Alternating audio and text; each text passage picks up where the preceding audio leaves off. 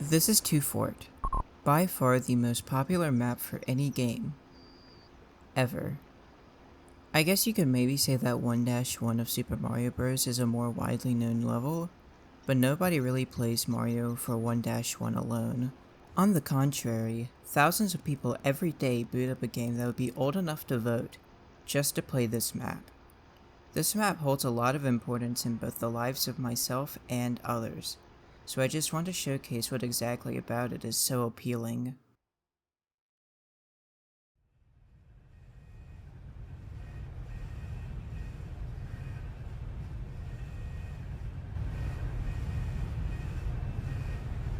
If you've ever heard of Capture the Flag, the intended goal of 2 Fort is just that.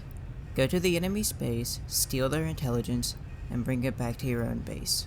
Pretty early on, however, a few people realized you could play the engineer class and build an automatic turret in your intel room.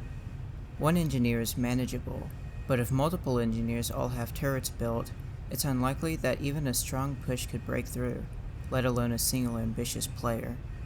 Due to this, people often don't even try to capture the intelligence, and prefer to simply run around the map shooting each other, not for any particular goal, because they enjoy the interaction with other players.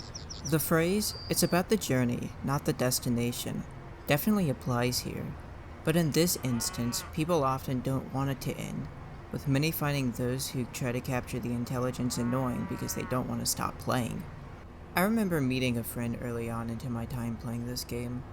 We'd join a game of 2 Fort, I'd go medic, he'd go pyro, and we would just go around as a tag team fighting other people wherever we could.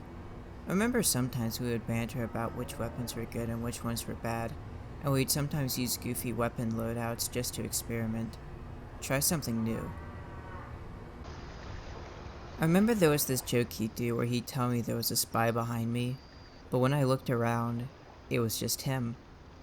He would do it to make me panic because it was funny, and I remember I'd get annoyed every time he did it. Eventually, I stopped turning around every time he told me there was a spy behind me, so it became this almost game of made you look, of him trying everything to convince me to turn around, just to see his stupid character's stupid face. Sometimes I did turn around. Sometimes I did see his stupid character's stupid face, and it was funny every time. At some point, me and him stopped playing together. There was a falling out of sorts, and me and him no longer spoke to one another. I didn't really have anyone to talk to in high school. Everyone was extremely judgmental of me, and I was seen as a social outcast. So instead of going out with friends and roaming around having fun with each other, I would get on my computer, ask if he wanted to join me, and we'd just play 2 Fort all night.